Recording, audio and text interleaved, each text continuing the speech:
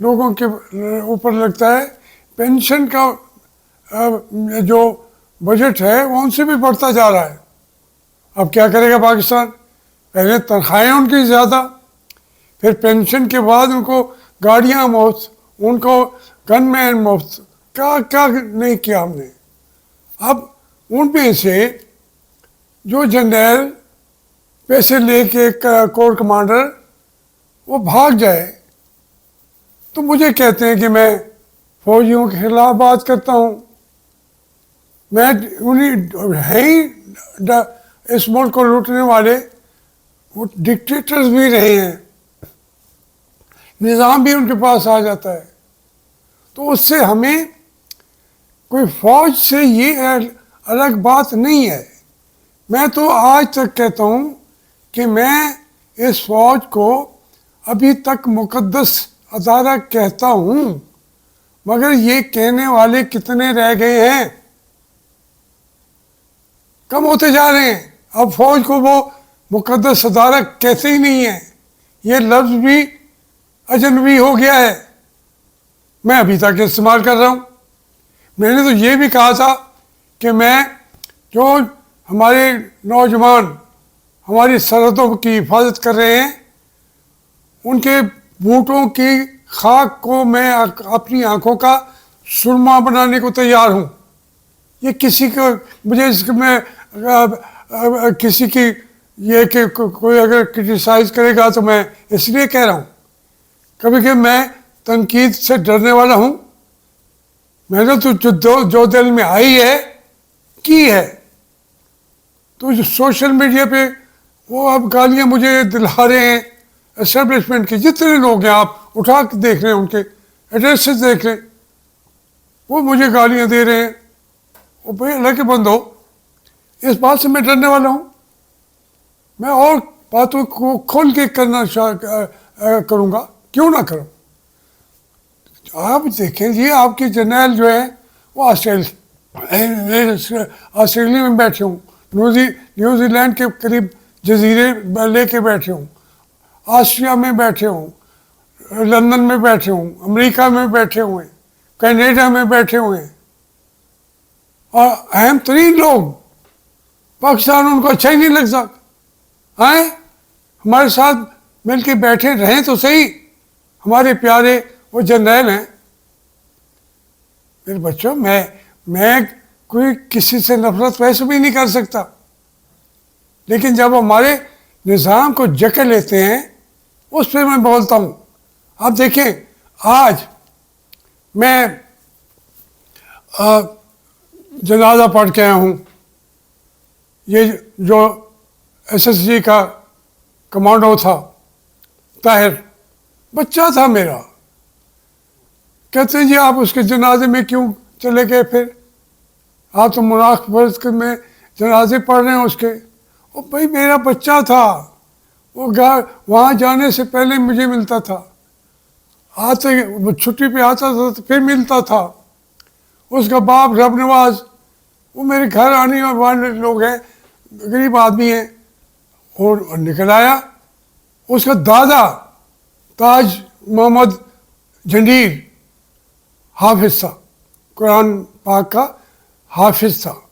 تو ہم میرے بڑے بھائی اور وہ جو مدرسہ ہے ہمارے گھر کا قرآن پڑھانے کا، اس کے اندر وہ مل کے قرآن انہوں نے پڑھا. 3-4 نسلوں سے میں ان کو جانتا ہوں. تو میں اس لیے نہ جاؤں کہ وہ فوجی مر گیا ہے، کوئی عقل کی بات بھی کرو یار. میں کھلی بات کرنا چاہتا ہوں. میں گیا، میرا بیٹا تھا.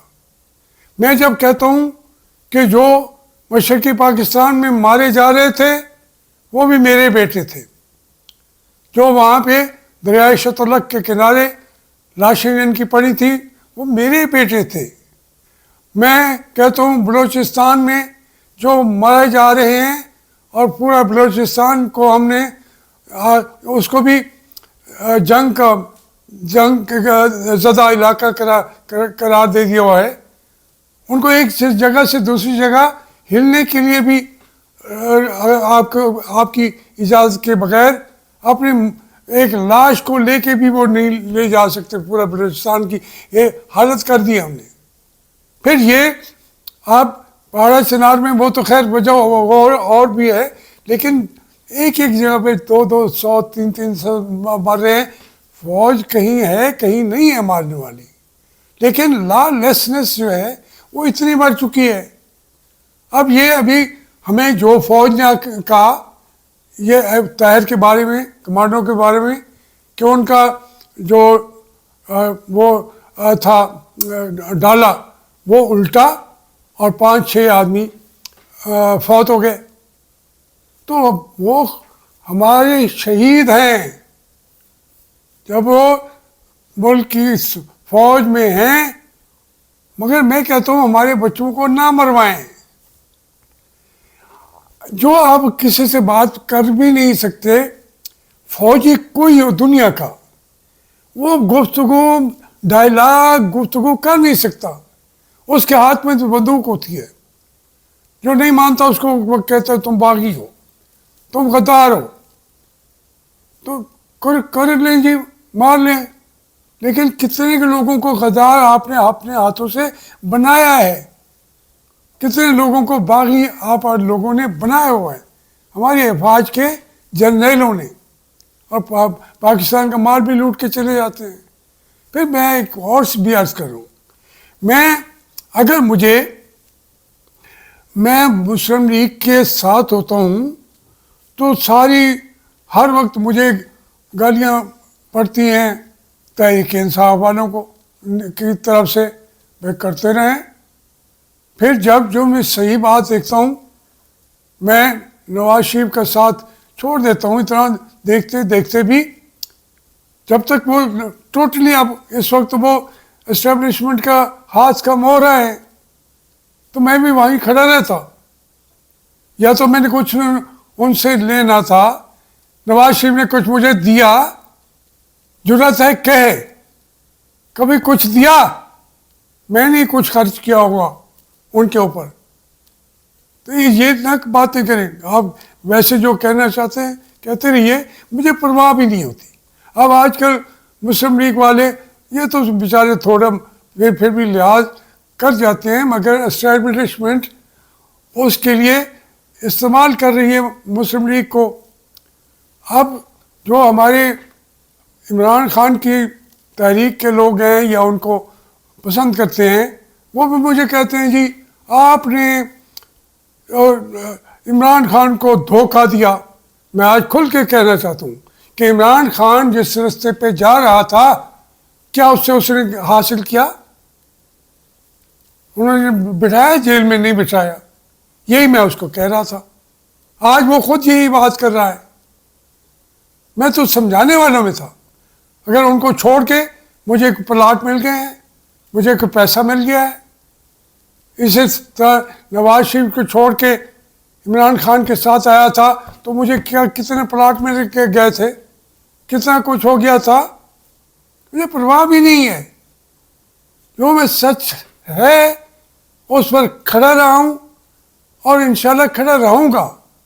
عمران کو اقتدار مل جائے اللہ کرے, لیکن اگر وہ فوجیوں کے ساتھ مذاکرات کر کے ڈیل کر کے اقتدار ملا بھی صحیح, تو میں تو پھر وہی بات کر رہا ہوں گا. مجھے کہیں گے آپ کہ جناب یہ کل آپ عمران کے ساتھ تھے. آج عمران کو جتنا مینڈیٹ ملا ہے, میں کہتا ہوں اس کا حق ہے. اس ملک میں کچھ تو چلنے دو, یہ اس کا حق ہے. اس کا حق تسلیم کرو, اس کو اقتدار دو. اب اس پہ مسلم لیگ مجھے گالیاں دے گے. تو اگر ڈیل کوئی بھی کرے, اس کے مجھے عمران خان کے کردار کے اوپر اتنا پتہ بھی نہیں ہے. اچھی کی ہے بری کی ہے, قوم کے سامنے ہے ہر چیز. لیکن میں عمران خان کی جس جگہ پہ وہ کھڑا ہے, ڈٹا ہوا ہے. لوگوں نے بھی ووٹ اس کو دے دیے ہیں.